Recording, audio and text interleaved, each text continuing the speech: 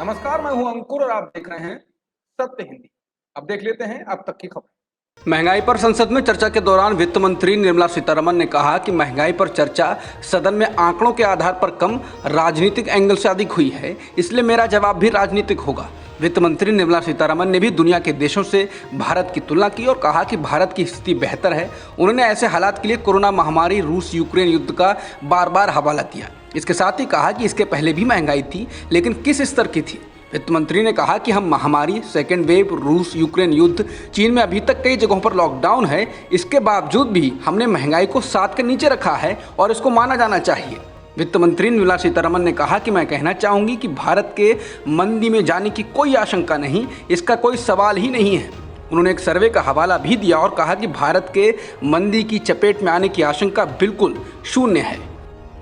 बढ़ती महंगाई को लेकर आज संसद में चर्चा हुई। इस दौरान बीजेपी सांसद निशिकांत दुबे ने दुनिया के हालात का हवाला देते हुए भारत की स्थिति को बेहतर बताया। बीजेपी सांसद ने आसपास के छोटे देशों का हवाला देते हुए कहा कि श्रीलंका, बांग्लादेश, भूटान और सिंगापुर को देखें तो हर जगह महंगाई बढ़ रही है और नौकरियां जा रही हैं। ऐसे में अगर भारत में गरीबों को 2 वक्त का खाना फ्री फंड में मिल रहा है तो क्या हमें पीएम का शुक्रिया अदा नहीं करना चाहिए। भाजपा सांसद ने कहा कि पहले किसानों की आत्महत्या के मुद्दे उठाए जाते थे, लेकिन अब हालात बदल गए हैं, अब किसान आत्महत्या नहीं कर रहा है। महंगाई पर चर्चा के दौरान एनसीपी सांसद सुप्रिया सुले ने बीजेपी सांसद निशिकांत दुबे के पीएम मोदी को धन्यवाद देने के बयान पर पलटवार किया। सुप्रिया सुले ने कहा कि जब देश का पीएम गरीबों को खाना देता है तो दुआ ही लेके जाता है, लेकिन फिर हिसाब नहीं मांगता। माँ बाप सरकार होती है। माँ जब बच्चों को प्यार से खाना खिलाती है और बच्चा प्यार से आशीर्वाद समझ के खाता है, वो हिसाब नहीं मांगती है, ये बच्चे का हक है, सुले ने कहा। लेकिन निशिकांत दुबे गरीबों से कह रहे थे कि आप आभार नहीं मानेंगे। सुले ने कहा कि आपकी ये सोच है कि गरीब आपसे कहे कि आपका आभार कि आपने 2 टाइम का खाना दिया। सुले ने कहा कि वो उनका हक है। महंगाई पर चर्चा के दौरान संसद में तृणमूल कांग्रेस की सांसद काकोली घोष दस्तीदार ने बिना नाम लिए केंद्रीय मंत्री स्मृति ईरानी पर निशाना साधा। घोष ने कहा कि मैं नाम नहीं ले रही हूं, वो मंत्री यहां सदन में नहीं हैं जो एलपीजी महंगी होने पर सिलेंडर लेकर बहुत शोर शराबा किया करती थी। मैं जानना चाहती हूं कि उनकी राय क्या है, क्योंकि अब सिलेंडर खरीदने के पैसे नहीं हैं और लाखों महिलाएं चूल्हा फूंक रही हैं। कभी कभी मेरे मन में आता है कि क्या सरकार बहादुर हमें कच्चा खाना खाने की आदत डलवाना चाहती है, क्योंकि पकाने के लिए एलपीजी सिलेंडर के दाम बढ़ाए जा चुके हैं। इसके दाम 600 से 1100 हो गए हैं, इसलिए गरीब कैसे खरीदेगा। कांग्रेस नेता मनीष तिवारी ने महंगाई व मूल्य वृद्धि पर लोकसभा में चर्चा के दौरान कहा कि देश में पिछले 14 महीने से महंगाई दहाई अंक में है, ये 30 साल में सबसे ज़्यादा है। उपभोक्ता खाद्य मूल्य सूचकांक आसमान छू रहा है। चावल, दही, पनीर और पेंसिल और शार्पनर जैसी दैनिक उपयोग की चीज़ों पर भी जीएसटी बढ़ाकर आम लोगों और बच्चों को भी सरकार नहीं बख्श रही है। तिवारी ने पनीर, आटे, दही, पेंसिल इत्यादि पर जीएसटी बढ़ाने का विरोध करते हुए कहा कि शमशान घाट के निर्माण पर भी 18% जीएसटी लगाने की जरूरत पड़ गई। क्या हम लोगों को बिल्कुल ज़मीन पर लिटा देना चाहते हैं। तिवारी ने कहा कि सरकार ने अपना बजट तो ठीक कर लिया होगा, मगर 25 करोड़ गृहिणियों का बजट बिगाड़ दिया। केंद्रीय मंत्री स्मृति ईरानी और उनकी बेटी गोवा रेस्तरां और बार के मालिक नहीं हैं। दिल्ली हाई कोर्ट ने अपने आदेश में कांग्रेस के आरोपों को खारिज करते हुए ये बात कही। अदालत ने कहा कि कांग्रेस नेता जयराम रमेश, पवन खेड़ा, नेता डिसूजा ने अन्य लोगों के साथ मिलकर बीजेपी नेता स्मृति ईरानी और उनकी बेटी पर झूठे तीखे हमले की साजिश रची। कोर्ट ने कहा कि दस्तावेजों पर विचार करने पर यह स्पष्ट रूप से देखा गया है कि ऐसा कोई लाइसेंस नहीं था जो कभी वादी या उसकी बेटी के पक्ष में जारी किया गया था। वादी या उसकी बेटी रेस्तरां के मालिक नहीं है। अदालत ने 3 कांग्रेस नेताओं के खिलाफ महिला और बाल विकास मंत्री ईरानी द्वारा दायर 2 करोड़ के दीवानी मानहानि के मुकदमे की सुनवाई करते हुए कहा कि वादी या उनकी बेटी ने कभी लाइसेंस के लिए आवेदन नहीं किया था। बता दें, स्मृति ईरानी पर कांग्रेस नेताओं ने आरोप लगाया था कि उनकी बेटी गोवा में अवैध बार चला रही है।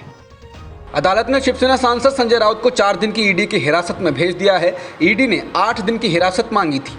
मनी लॉन्ड्रिंग के मामले में गिरफ्तार किए गए राउत ने मीडिया से कहा, ये हमें खत्म करने की साजिश है। वहीं राउत के वकील ने कोर्ट में दलील दी कि यह राजनीतिक कार्रवाई है।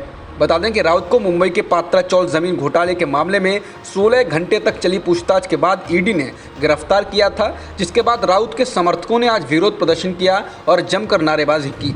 इस दौरान ईडी के कार्यालय के आसपास कड़ी सुरक्षा व्यवस्था की गई थी। मालूम हो कि ईडी ने संजय राउत के घर से 11,50,000 कैश भी जब्त किया। एजेंसी के अधिकारियों का कहना है कि संजय राउत जांच में सहयोग नहीं कर रहे थे, जिसके बाद उन्हें गिरफ्तार किया गया। महाराष्ट्र के पूर्व मुख्यमंत्री उद्धव ठाकरे ने शिवसेना सांसद संजय राउत का समर्थन किया और कहा कि वो किसी से नहीं डरते। उन्होंने कहा कि मुझे संजय राउत पर गर्व है, यह कार्रवाई हमें बर्बाद करने की साजिश है। उद्धव मुंबई में संजय राउत के परिवार से मुलाकात के बाद पत्रकारों को संबोधित कर रहे थे। उन्होंने कहा, जो भी हमारे खिलाफ बोलता है उसका हमें सफाया करना होगा। ऐसी मानसिकता के साथ प्रतिशोध की राजनीति चल रही है। संजय राउत की गिरफ्तारी को गलत करार देते हुए ठाकरे ने कहा, आज घटिया घिनौनी राजनीति हो रही है। सरकार के खिलाफ बोलने वालों को जेल भेजा जा रहा है, संविधान को तोड़ा मरोड़ा जा रहा है। संजय राउत की गिरफ्तारी को लेकर उद्धव ठाकरे ने कहा कि बीजेपी के खिलाफ बोलने पर मिटाने की कोशिश की जा रही है, तो क्या इस तरह की कार्रवाई से उद्धव की शिवसेना झुकेगी? ठाकरे ने साफ कहा कि मिटना मंजूर है, लेकिन शरण में नहीं जाऊंगा। उन्होंने कहा कि जो झुकने वाले थे वो हवा में चले गए, असली शिवसेना कभी झुकेंगे नहीं। उन्होंने कहा कि अब महाराष्ट्र की जनता फैसला लेगी। उद्धव ठाकरे ने बीजेपी पर सहयोगियों के साथ बर्ताव सही नहीं करने का आरोप लगाया। उन्होंने उम्मीद जताई और कहा, वक्त हमेशा बदलता रहता है, हमारा वक्त भी आएगा, तो सोचिए आपका क्या होगा। गिरफ्तारी के बाद शिवसेना सांसद संजय राउत ने कहा कि मेरे खिलाफ जिस प्रकार से झूठी कार्रवाई, झूठे कागज लोगों को मार मार कर बनाए जा रहे हैं, ये सिर्फ महाराष्ट्र और शिवसेना को कमज़ोर करने के लिए हैं। राउत ने कहा कि शिवसेना कमज़ोर नहीं होगी, न महाराष्ट्र कमज़ोर होगा। इसके साथ ही राउत ने कहा कि संजय राउत नहीं झुकेगा, न पार्टी छोड़ेगा। राउत ने कहा कि मुझे पता है ये ईडी को निर्देश कहां से आते हैं। राउत ने कहा कि महाराष्ट्र में जो चल रहा है उसमें मैं फ्रंट पर हूं, लेकिन मैं गुवाहाटी के रास्ते नहीं निकलूंगा। हमारी बलि चढ़ गई तो उसमें बड़ी बात क्या है। शिवसेना प्रवक्ता और सांसद संजय राउत की मुश्किलें कम होने का नाम नहीं ले रही हैं। एक ओर जहां संजय राउत को ईडी ने मनी लॉन्ड्रिंग के मामले में गिरफ्तार किया है, वहीं दूसरी ओर राउत के खिलाफ एक महिला को अश्लील गाली देने और धमकाने का मामला भी दर्ज कर लिया गया है। राउत पर आरोप है कि उन्होंने गोरेगांव के पात्रा चौल जमीन घोटाले मामले की एक पीड़िता के साथ गाली गलौज की और उसे धमकी दी। राउत की ऑडियो क्लिप सोशल मीडिया पर खूब वायरल हुई थी, जिसके बाद पीड़ित महिला ने राउत के खिलाफ मुंबई के वाकोला पुलिस स्टेशन में मामला दर्ज कराया है। पत्राचौल में रहने वाली एक महिला ने संजय राउत के खिलाफ गाली गलौज करने, महिला का अपमान करने और धमकी देने की धाराओं में मामला दर्ज कराया है। आरोप है कि पीड़िता ने संजय राउत की भूमिका के बारे में मीडिया में बात की थी। इसके बाद संजय राउत ने इस महिला को फ़ोन पर गालियां दी थी। इस पीड़ित महिला का आरोप है कि संजय राउत ने न केवल उन्हें गालियां दी बल्कि धमकी भी दी थी। इसके बाद इस पीड़ित महिला ने मुंबई के वाकोला पुलिस स्टेशन में आईपीसी की धारा 504, 506 और 509 के तहत मुकदमा दर्ज कराया है। हालांकि महिला के दावों और ऑडियो क्लिप की क्रेडिबिलिटी पर सवाल उठाए जा रहे हैं। संजय राउत की गिरफ्तारी पर कांग्रेस ने उनको अपना समर्थन दिया है। कांग्रेस नेता अधीर रंजन चौधरी ने कहा कि हम राउत के साथ हैं, हम उनका साथ देंगे। इसके अलावा राउत की गिरफ्तारी की निंदा करते हुए कांग्रेस नेता सचिन सावंत ने कहा, यह भारत में भयानक वास्तविकता को दिखाता है। उन्होंने ट्वीट कर कहा कि संजय राउत जैसा महारथी लड़ रहा है, झुक नहीं रहा है। औरंगजेब ऐसी जिद्दी इच्छा शक्ति से थक गया था, वे भी थक जाएंगे। ऐसे हजारों क्रांतिकारी नेता बने हैं और बनाए जाएंगे।